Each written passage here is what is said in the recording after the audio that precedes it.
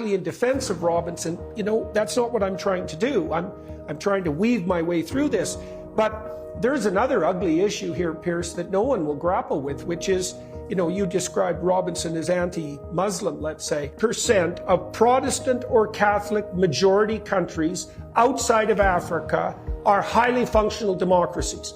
100%. Piers Morgan's interview with Jordan Peterson on the subject of Tommy Robinson and alleged Islamophobia was intended to be a confrontation. Instead, it became one of those moments where the interviewer appeared to lose control of the narrative almost as soon as it began. Robinson being the so-called hero of this is that many people in America, and I'm not saying you're one of them, I'm sure you now know a lot more about him perhaps than you did before, but Robinson is not in prison right now for anything to do with the gang rape scandal. He's in prison because of this movie he made, this documentary, as he put it, as a journalist, which I don't think he is. He's someone who made a film after he was convicted in a court by a judge of being seriously defamatory to a young Syrian refugee boy who he tried to make out was the villain of a bullying incident that went viral because there was a clip, when in fact he was the victim.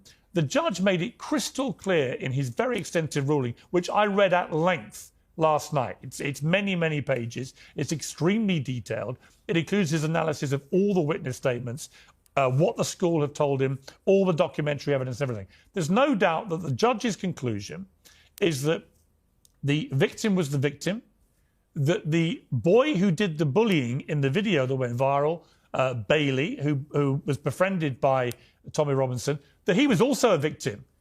Morgan entered the discussion attempting to frame Tommy Robinson as a reckless provocateur whose criticisms of Islam and Muslim communities amount to fear-mongering and bigotry. A storm had erupted after this story went viral.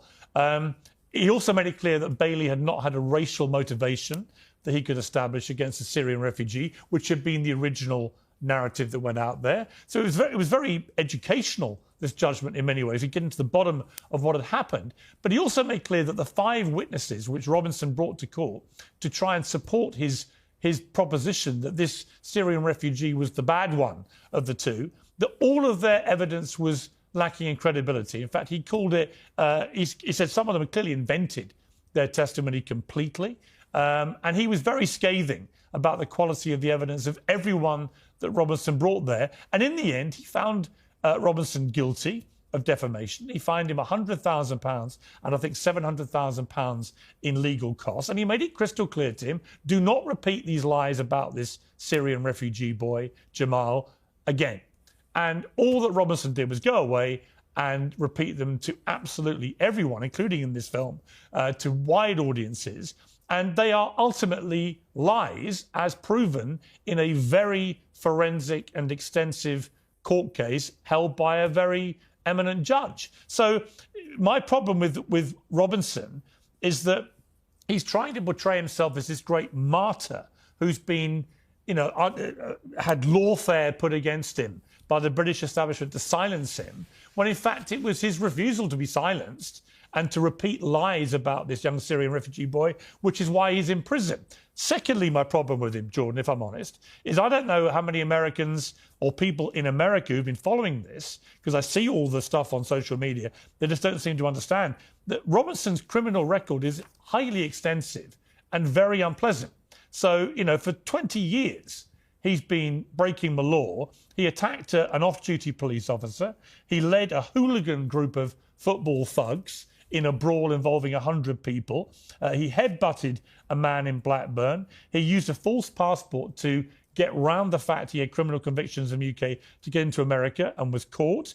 He perpetrated mortgage fraud, over £160,000.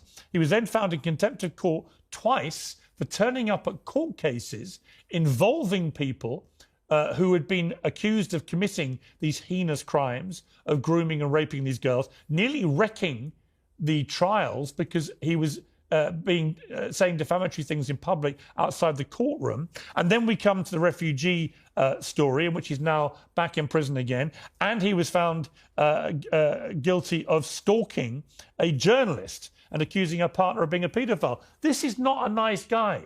This is a pretty repellent human being who also simultaneously has been right to bang on for many years about the scandal of the rape gangs. So, yes, he's complicated, but at the heart of it is somebody who I think also, just finally on the point of Robinson, 2 points I'd make. One, I think he's done this, he's monetized his hatred of Islam.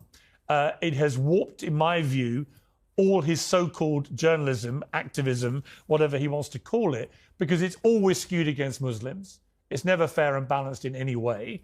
And I think that's what tipped him over the edge with this story of this boy at the school. And, you know, on that, the bully, the alleged bully, was actually kicked out of the school before this ever got made public by the media. So they'd already had their own investigation, concluded he was guilty not just of that, but a litany of other similar offences. So he was thrown out. So that's where I sit with Robinson.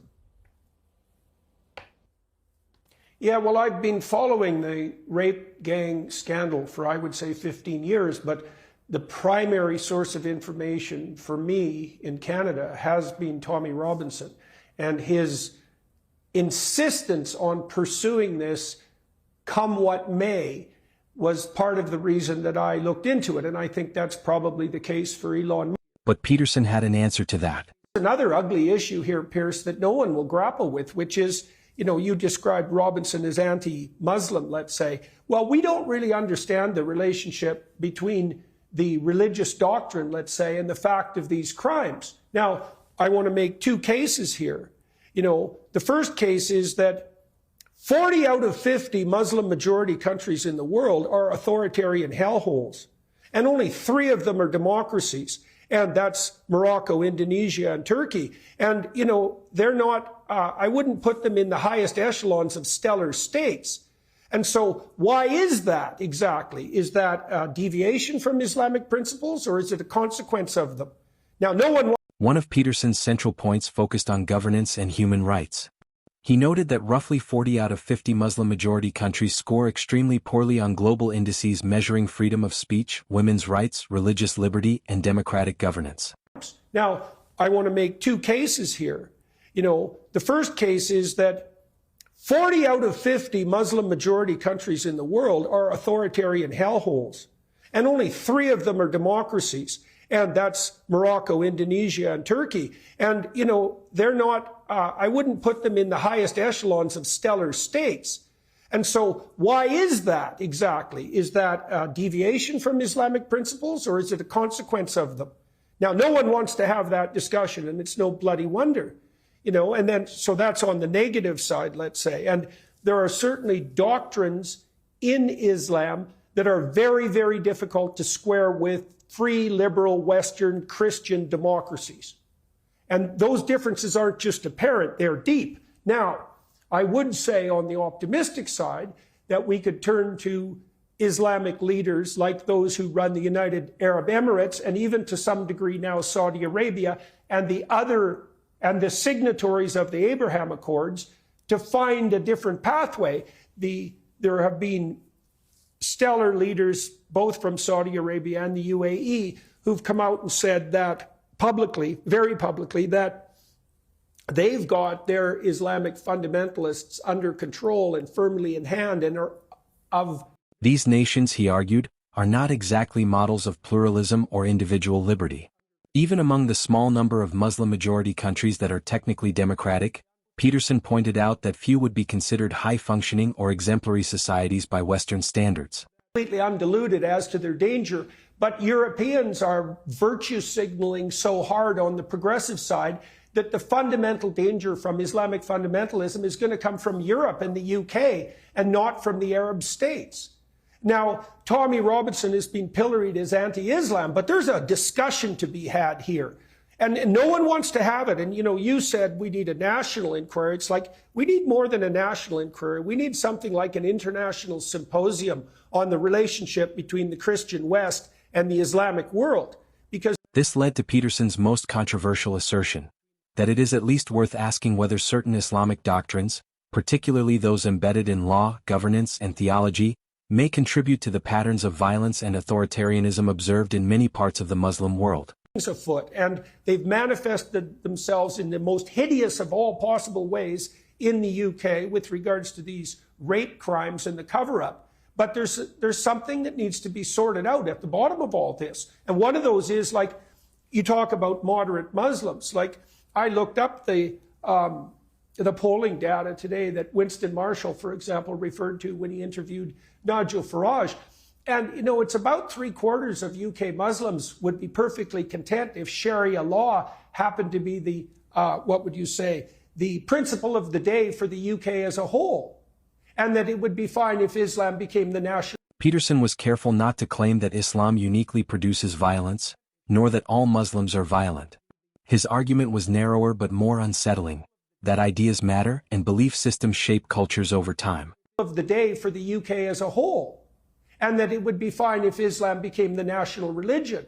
Now, that's 75%. So, you know, a cynic would say, okay, just exactly where the hell are these moderates? And at minimum, their voice needs to be amplified. And then we could also point out that the participation in these rapes by members of the Pakistani Muslim community, it was like 1 in 7 of the men in some of these communities was directly involved. Peterson then challenged the very definition of moderate. He cited polling data indicating that a significant majority, often quoted around 70 to 75%, of Muslims in the United Kingdom expressed support for the idea that Sharia law should, in some form, become a guiding principle in society. Everyone knew about it. Absolutely everyone on the Pakistani Muslim side. And the moderates were certainly, you know, silent and complicit. Now, obviously, so were the authorities. And so that's a complete bloody catastrophe for everyone involved. But there's a serious conversation to be had in the West, and particularly in the UK, maybe France and Germany in secondary place, about just exactly how it is that liberal Western democracies, with their emphasis on the rights of women, can live side by side with Islam in general, especially the sort of Islam that's transformed into enabling fundamentalism that allows this sort of criminality on the part of the psychopathic, resentful psychopathic sadists. So here's no one what wants to have that. For Peterson, this raised a difficult question. If a large proportion of a religious group supports a legal system fundamentally incompatible with liberal democracy, can that group be considered politically moderate in the Western sense? Percent of Protestant or Catholic majority countries outside of Africa are highly functional democracies. 100%. At this point, Morgan appeared visibly unsettled. He attempted to shift the conversation by arguing that not all societies need to be democratic, and that nations are free to choose their own systems of governance. 6% of Muslim majority countries are democracies, and they're not in the highly functional category. But do they want to be democracies, Jordan? But Jordan, do they actually want to be democracy? The United Kingdom, he argued, should not be treated as a universal template for the world. Peterson immediately seized on what he saw as a logical contradiction. If you guys in the UK understand how sad it is for us in Canada and in the United States to watch what you're doing to yourself. I mean, the UK is a great country. When I go there, I go to Oxford, I go to Cambridge, to these remarkable places in London, see your unbelievable deep history, understand how much the world owes the UK. If societies are free to reject democracy, he asked, what happens when individuals from those societies immigrate into democratic nations like the UK while holding values that reject democratic norms? In terms of, say, the establishment of common law and decent government everywhere, including places like India, we owe the UK such an immense debt. And to watch you guys like spiral yourselves into the ground for this idiot, weak political correctness that's gone so far that you can allow your working. According to Peterson, importing people who fundamentally disagree with the principles of free speech, gender equality, and secular law creates long-term instability, not because of ethnicity or race, but because of incompatible value systems. Class women to be raped en masse sadistically and say nothing about it and gaslight people who are telling the truth. It's so sickening. It's so. Peterson went on to explain that Britain has become a shadow of its former self, no longer the stronghold of Western civilization it once represented. We all pray, hope and pray here in Canada and the US that you get your act together and grow some spine again and Put your damn country back together and stand up to these bloody psychopathic bullies and the woke green mob, because it would be a dreadful shame to lose you. He described this as a sobering reality for anyone who loves the country, highlighting a decline in cultural confidence, tradition, and societal stability. There's two things going on there, Piers. The first is the certainty that anyone who would blow the whistle would be subject to the worst possible of cancellations by the woke mob. And this is partly why I have some sympathy for Tommy Robinson, let's say, because it is definitely the case that to take a stand against this is to make yourself a target for the worst sort of calumny and legal action. So the threat is real, and the cancel culture types are very good at identifying individuals and bringing reputation savaging to bear on them in an extreme. He then addressed the pervasive reality of cancel culture, driven by what he called the woke mob. He highlighted how individuals who challenge prevailing narratives of political correctness are often targeted, facing legal and social consequences. So people had reason to be afraid. Now, I'm not saying that that fear justifies their silence or their complicity, but we have to be clear about the fact that their fear. Peterson used Tommy Robinson as a prime example, arguing that Robinson has become a victim of the legal system simply for daring to speak out against ideas deemed unacceptable by the mainstream. Fear is real. Yeah. Now, there's another aspect to that that's even uglier than this, I think, Piers, which is that, look, we know that when you destabilize a community with rapid transformation, this could be, let's say, with regards to the green agenda that makes energy more expensive, or to uncontrolled immigration, any rapid change with economic consequences demolishes the lower rungs of the socioeconomic. Peterson further explained that policies rooted in political correctness tend to destabilize societies.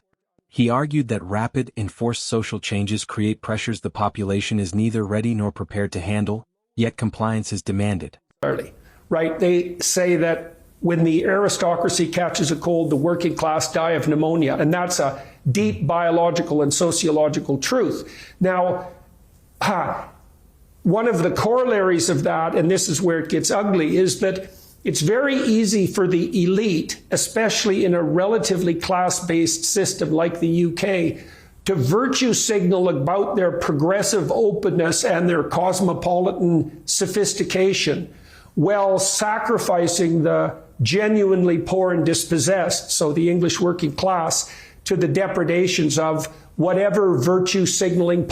This, he said, leads to social tension and resentment. He also criticized the elites of the UK who, through virtue signaling and woke policies, open the gates to immigration and reform while the less privileged bear the economic and social consequences. And so partly it's cowardice, partly it's fear of, say, being singled out and canceled, but it's also partly willingness on the part of the elite to sacrifice the genuinely downtrodden and poor to their moral presumptions, to their costless virtue signaling. And that happens consistently throughout the West now. Almost all the progressive agenda, including the open immigration policies, are absolutely devastating to the people who can least afford to be devastated. In this context, anyone attempting to speak out against such injustices, including Tommy Robinson, is met with hostility and legal action, making them a target of the very system that claims to uphold fairness and justice.